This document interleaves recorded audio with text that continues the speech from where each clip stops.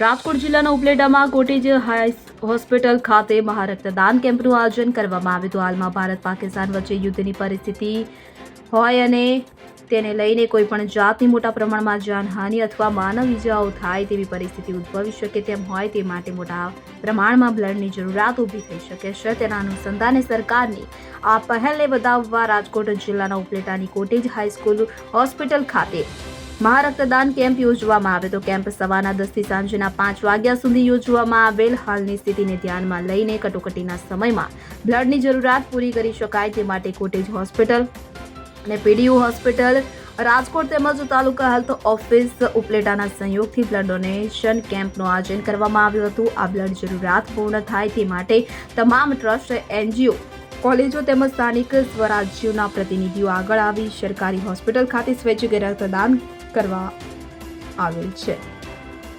ગત તારીખ 10 ના રોજ કોટેજ હોસ્પિટલ ઉપલેટા ખાતે બ્લડ ડોનેશન કેમ્પનું આયોજન કરવામાં આવ્યું હતું.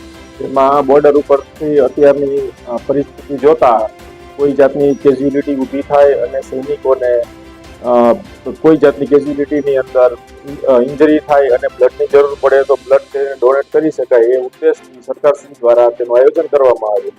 અને આ બ્લડ ડોનેશન કેમ્પની અંદર ઉપલેટાના આગેવાનો, મામલતદાર સાહેબશ્રી અને કોટેજ હોસ્પિટલ ઉપલેટાનો સ્ટાફ તથા નાથાણી બ્લડ બેંકના સહયોગથી ટોટલ 123 જેટલું બ્લડ એકઠું થયેલું છે.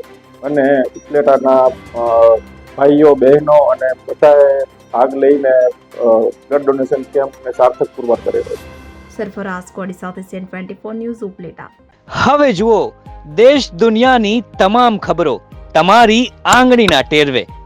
ઉઠાવો મોબાઈલ અને Google Play Store પરથી ડાઉનલોડ કરો અમારી CN24 ન્યૂઝ મોબાઈલ એપ.